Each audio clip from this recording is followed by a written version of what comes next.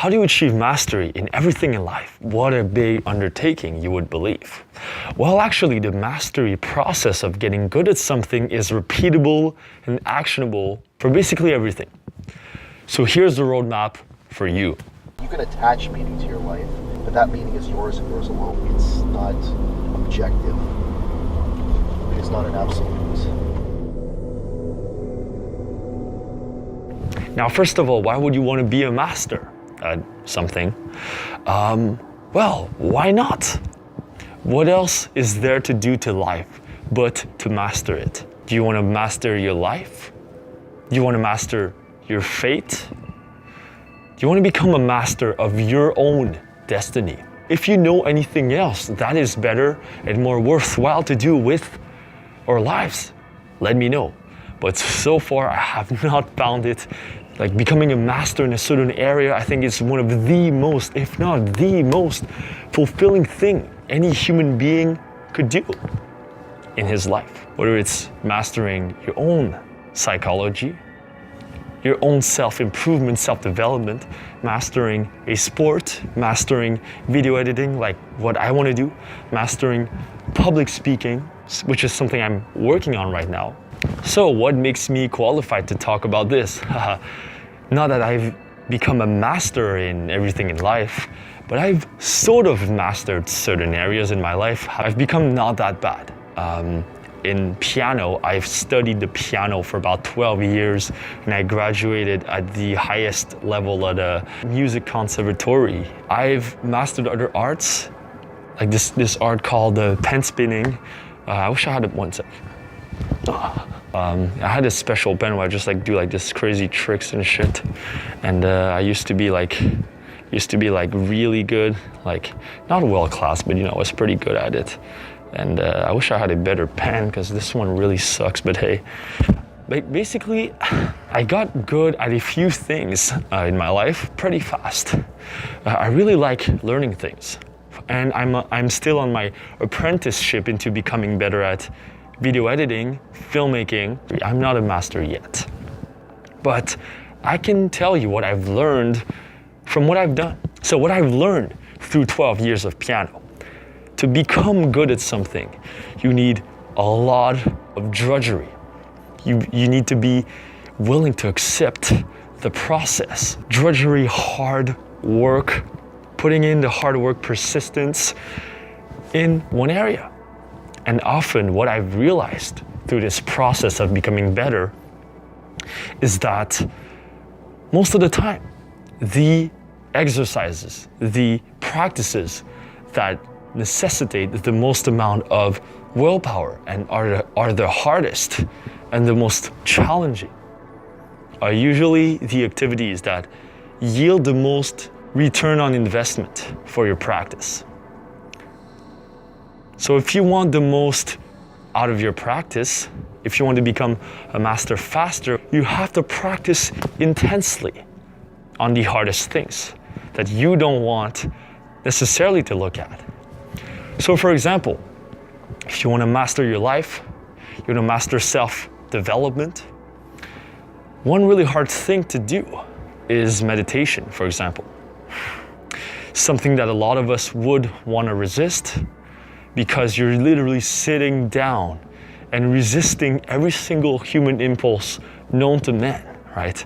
We want to cook, we want to hunt, we want to build houses, we want to fuck. There's so many things we want to do, right? And when you sit in a fucking pillow and doing nothing, then you're basically resisting every single human urge known to man. And that can become really challenging. As an overall mindset to become a master is that you're gonna just love to learn. If you don't like to learn, if you've never cultivated this liking for learning, then it's gonna be extremely, extremely difficult for you to become a master at anything. As a matter of fact, I would even assert that becoming a master at anything is out of the question. You gotta love learning. Whether it's physical, motor skills, or intellectual skills.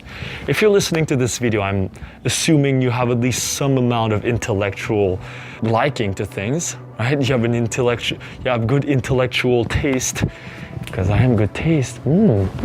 So how do you actually become a master?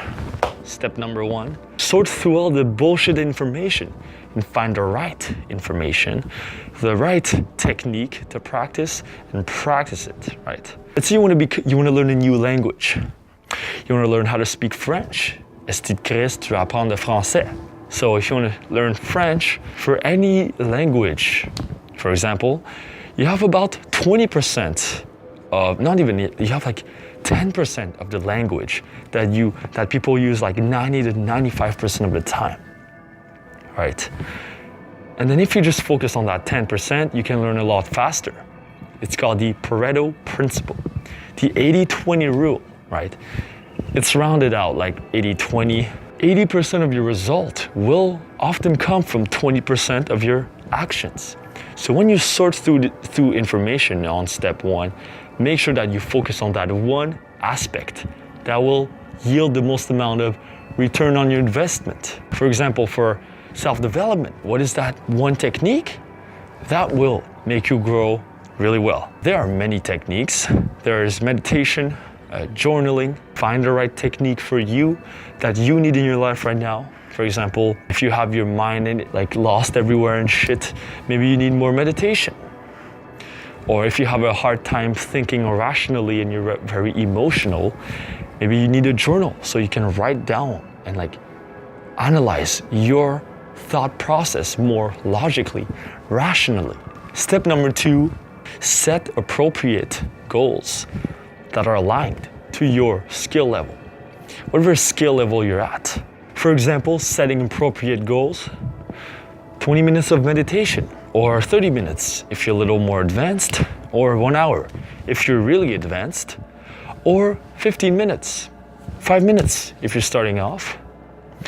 Those are goals, and you do that for a certain amount of time. Step number 3, deliberate practice. Deliberate practice. Now, what does deliberate practice mean? It means to deliberately practice to get better. Very simple. If you play the same little song that you've learned 10 years ago on the guitar and you just play it all over again, you're not going to get better because your practice is not deliberate to get better. You're only reinforcing what you already know. You're only practicing what you already know. So you're not really getting better. As you practice, you always have to stretch your comfort zone just a little bit. And you repeat, and you have to accept drudgery at this part and very slow progress, because a lot of progress will be very slow at first, which is fine. And every time you practice, make sure you practice something different. So for example, when you're meditating the first time, you could practice concentration meditation, when you concentrate on a single point in space, and then the next time you practice contemplation, and maybe you extend the time a little bit, and then the next time maybe you tell yourself, you know what, for 20 minutes I'm gonna tell myself I'm not allowed to move a single muscle, I'm not allowed to scratch myself or anything. So for example, for me, if you look at my video editing, I'll put some previews right here. The very first video that I put out, it was more of a, I guess, trial and error type of thing, trying to get better at it. And I started off with just cuts, right? Just cuts, trying to sync every single cut to the beat type of thing. And on the second video, I expanded on the same exact concept of trying to sync every single beat, increasing the speed, making it a little faster, a little more disjunctive. After I've done that, I'm like, okay, you know what? I've done enough cuts now.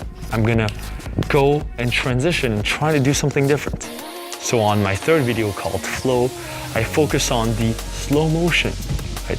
Slow motion and color correction, so the colors pop out and stuff like that, right? The fourth video called Nostalgia, I focused on the transitions, a lot more transitions in that video. If you notice, there's a lot more colors, there's a lot more this and that. And the fifth, the other video called Lunatic, I I decided to think a little more conceptually on this one, color grading on this last video, where I try to incorporate, not just like typical like sunshine type of lighting, play with film noise, trying to make it like look kind of like mysterious, and then make the shadows pop out with a little more red, so it looks a little more like creepy and shit like that. I was experimenting with that. So you see, in my practice, I just add one thing after one thing after one thing after one thing, trying to get better. So step number 4, assess and correct. So whatever you do, what did I do well? What did I do not so well? And how can I improve? Very simple. For example, when you're trying to meditate, what did I do well? My breathing was right. What did I do not so well? I was shifting a little too much, and I was focused a little too much on the external world. I was focused on that sound of that refrigerator. And how can I improve and get better? Well, next time that I feel like shifting, well, maybe I just need to sit better. Maybe I just need to put a cushion in a better way. Whenever I hear another distracting sound, instead of focusing on it and complaining about it, just focus back on my breath. So that could be a way of improving. Step number 5. Fuck, I'm so tired.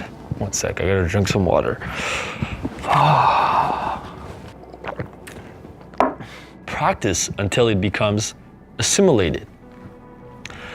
At first when you practice something, it's brand new. So you need to be fine-tuned to the nuances of what you're gonna do specifically, right? And once you have that, then you have to hardwire it in your brain. When you're riding the bike, you need to focus on the handles, how you position your feet and everything, how you bike, right? And then you just repeat it more and more and more, and eventually you won't even be thinking about the bike. And when you reach that point where you're not even thinking about the bike, then you can start moving to a new level with that bike. So practice until it's assimilated, and then you can add some more. And step number 6, add more challenge, add more difficulty, get better, get to the next level. How do you do that? Well, there's several ways you can do that. You can add an extra challenge, add more speed to it, add more intensity to your training, whatever it is. If you're weightlifting, you can add more weight, you can add more reps, you can train for longer, whatever it is. So find a way that will make it more challenging for you, and just keep upping the level until you become a master. Very simple. So now you have the secret, bitches, to become a master of everything. You want to be a master at everything? Here you got it. Simple. Now you just have to find your own information on how to get better with girls, how to learn the guitar, how to self-develop. You have some information on my channel, right? If you want more, you can always ask me, or you can look it up yourself, because I don't know everything and I'm not a master yet. A last few notes before I leave you. To become a master, a lot of people say this magic number of 10,000 hours, and I believe in it. Usually you will need about 10,000 hours of deliberate practice, as I've outlined previously, in order to get really good at something to reach master level. So in case in which you think that it's taking too long or it's too hard to master something, see far ahead. That will take a very long time. For me to become a really good public speaker, I'll probably need around 10,000 hours of public speaking, of speaking to the camera, because I don't have those 10,000 hours yet. As you notice on my videos, I do a lot of cuts. I don't really free flow a lot, and I give myself the challenge to talk all the way to the end of the video without cutting, and you will see raw my speech right here with all imperfections. And I'm still learning right now. I need around 10,000 hours of practice to get good so that I can speak seamlessly, or at least closer to a master would speak, right? So I'm still working on that. It's just to show you that we need practice. No one's perfect. See, now I gotta check my notes. But as I told you, I'm not gonna cut because it's to show you that I'm still learning right now. I'm still in the process of getting better. So it's not about being good, right? Because you could be good all you want, but I believe it's about being effective. How effective can you be? Because effective means that you get results, but good just means that you're good at flashing, flashing how you're good at things. For example, those festival videos that I make, they look pretty good, right? You would think that I'm like some master or whatever thing, but hey, actually, it's just, I put a lot of hours into it, but you don't see the hours in it. You just see the end result and you think, oh my God, it's so hard, right? How does he make out with 10 girls in 3 minutes? How do I do this? You can do this too. And the thing with society is that it really brainwashes you into thinking that you can't become a master at things because it's too hard.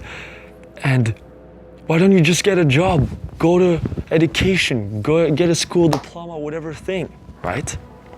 Then it would make sense. Then it would be better. Then it would be easier. We want the magic pill mentality with society. But I'm telling you right now, the magic pill society is just a fantasy, illusion, lie. So become a master instead. So thank you for watching.